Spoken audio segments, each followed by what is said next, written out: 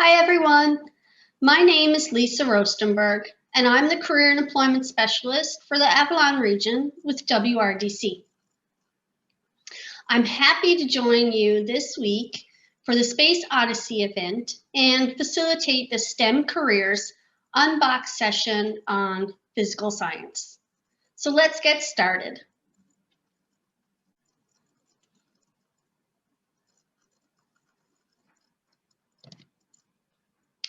To start, I'm going to tell you a little bit about WRDC. WRDC is a provincial nonprofit organization committed to increasing women's participation in trades and technology.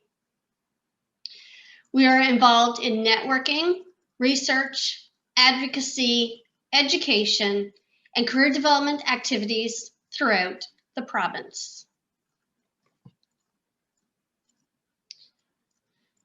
WRDC collaborates and builds partnerships with key stakeholders like training institutions, employers and labor unions, government departments, and community groups. Employer Services offers training and consultation to employers and employees in a number of areas, including diversity and inclusion and respectful workplace.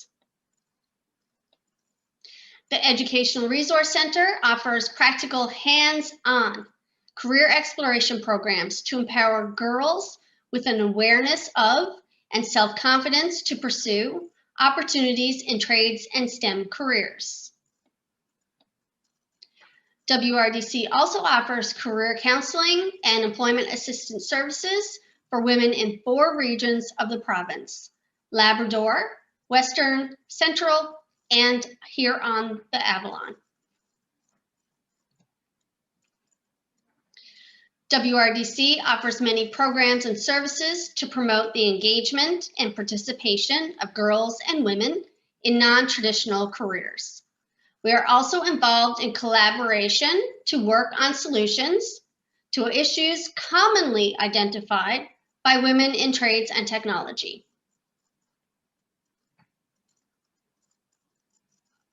So let's get into our presentation. The post-secondary and career options in the physical sciences are numerous, and the information in this presentation will cover a sample of those options. If you are considering a career in STEM, it's never too late to engage in educational courses to prepare you for this career path. So what are your options?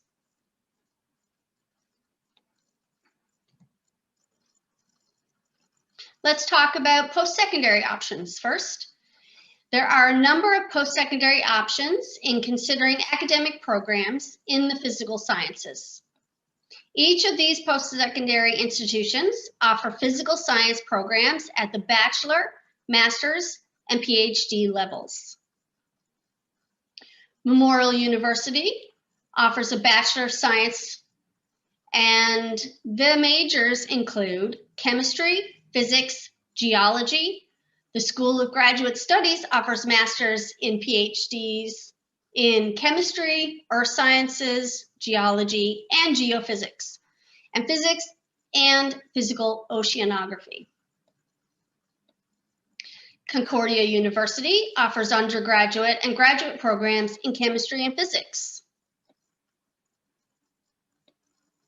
At the University of Waterloo, you could apply to the physical science program and have a choice of 8 majors, including chemistry, earth sciences, physics, and astronomy. Our role model during our Space Odyssey event this week, Michelle, will be answering questions this week, and she completed her master's in earth science at the University of Waterloo.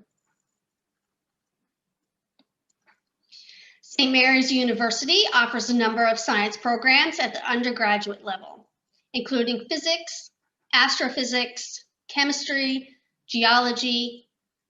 And the university also offers masters and PhDs in astronomy.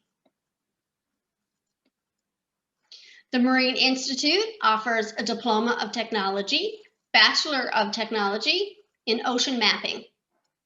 that includes numerous courses in geology and physics. The College of the North Atlantic offers a number of engineering technology programs related to the physical sciences. These include chemical process engineering technology, geomatics surveying engineering technology, and petroleum engineering technology. So, depending on the career and job that you wish to pursue will depend on the level of education you will need to enter the field. So to focus on a few, let's look at chemist, astronomer, and geologist. So a bachelor's degree in chemistry or related discipline usually is the minimum educational requirement for entry-level chemist jobs. Most research jobs in chemistry require a master's degree, or more frequently, a PhD.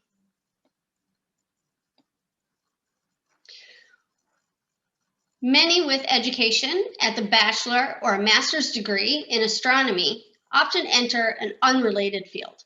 However, they are also qualified to work in planetariums running science shows, to assist astronomers doing research, and to operate space-based and ground-based telescopes and other astronomical instrumentation.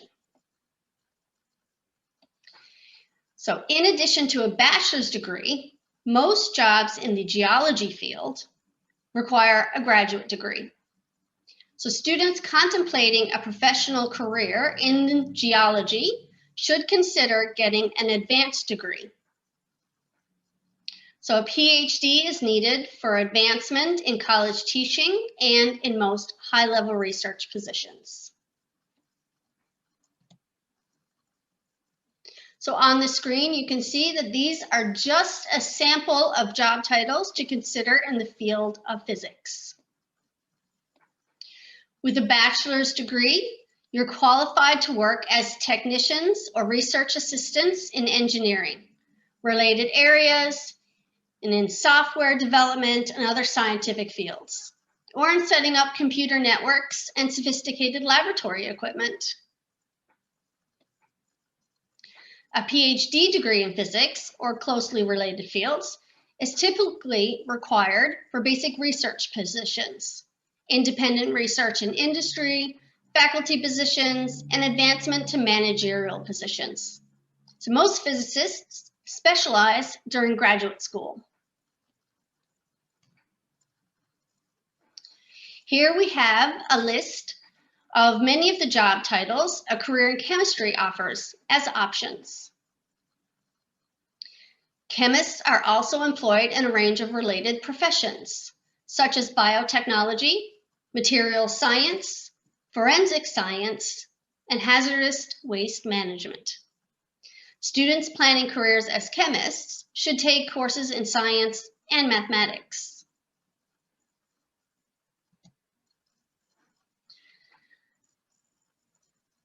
Here we have examples of the types of jobs that a background in geoscience, geology that can be considered. So during the Q&A with physical role models, Amanda McCallum will answer your questions about the field of geology to tell you a little more. So, let's move on to talking about the basics of labor market information.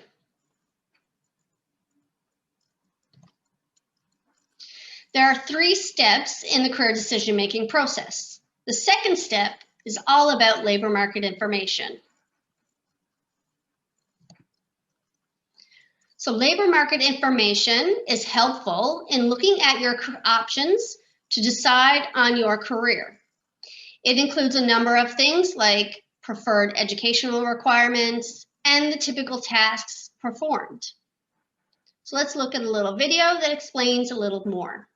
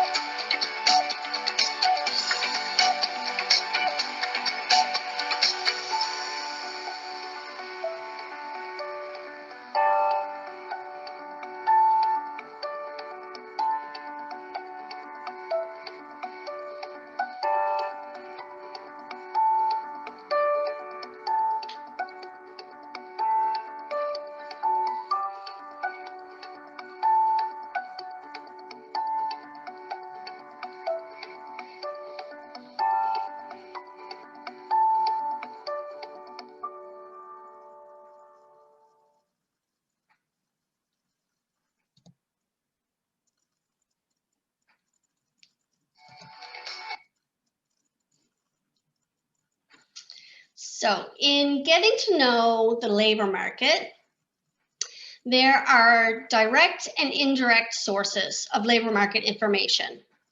And these are just some of the examples of each that can help you learn more about your career options.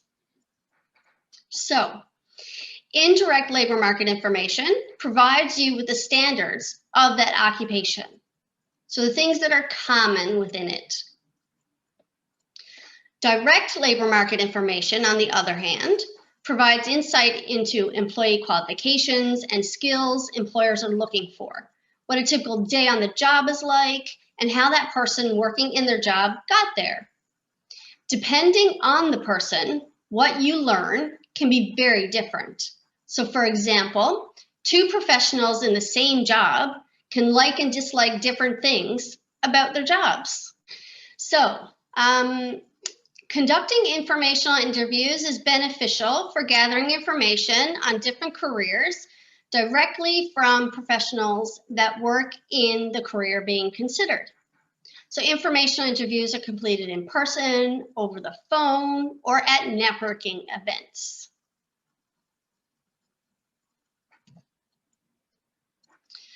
First step is to brainstorm who you could potentially conduct an informational interview with.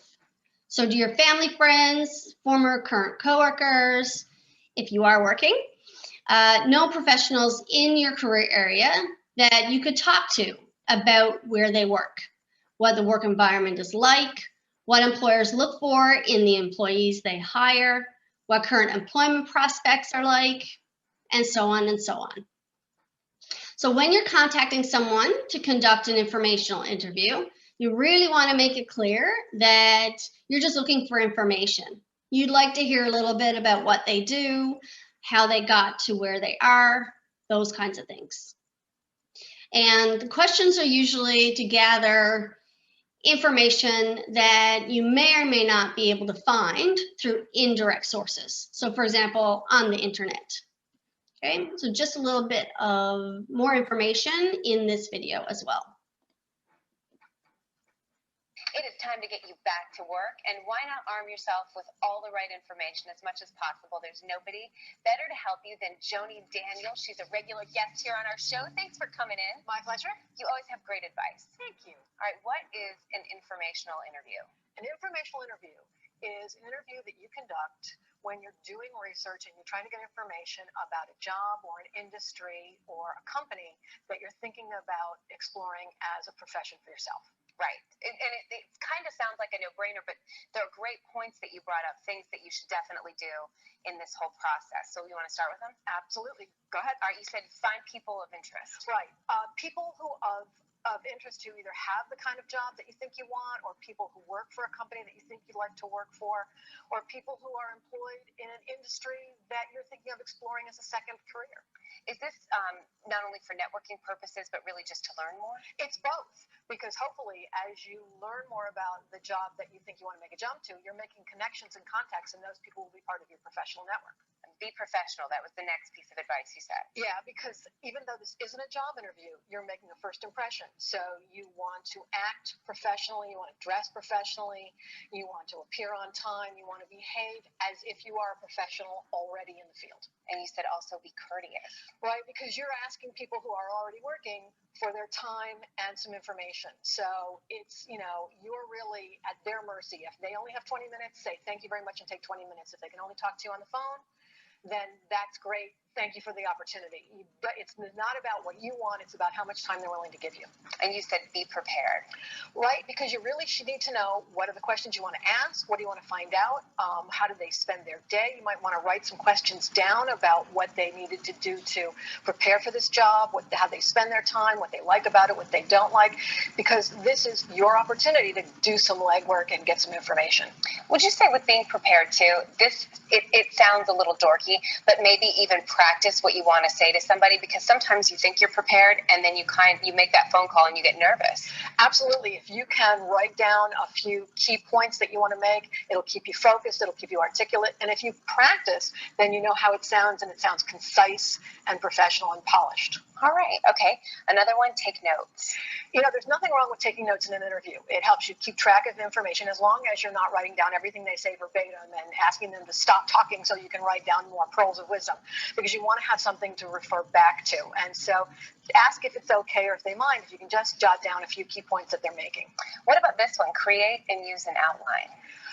Once you've met with the person, as soon as possible, write down the outline of the things that they covered in their conversation, because if you do a lot of these informational interviews, it can get very blurry and you begin to forget who said what and what did they say about certain things and certain companies, and you want to keep track of the information you're getting. Absolutely, and then you have it all right there if you need it. Right. And then you said write a thank you note. Yeah, I know today it's just so much easier to email and text and just say thanks. And as long as I said thank you to you in person, isn't that enough? But a formal written thank you note, just 2 or 3 lines very quickly, lets them know that you appreciate it. The bottom line here is, if you decide that this is an industry or a job that you want to pursue, this person could become part of your professional network, and you can follow up with sending them articles and keeping in touch. And that's really what you're looking to do. Find a way to keep connected. Yeah, they always say it's who you know. So if you have the chance to meet somebody. And the last one, really quickly, you say reflect. Yeah. Once you've collected all this information, think about it. Think about, is this really what I want to do? I thought this was interesting, but some of the things they said make me wonder if I'm a good fit. Do I really want to go back to school? Am I willing to pay my dues? What's the job market like? Think about the information you're getting. It's not just meeting people. It's really getting the information and using it to further your own career. All right, Coach, give me your website. www.JONIDANIELS. That's JoniDaniels.com. All right, it's always great to see you. I'll see you soon. All right, thanks for coming in. Stay with us. Coming up next, this 7 words you can't say on.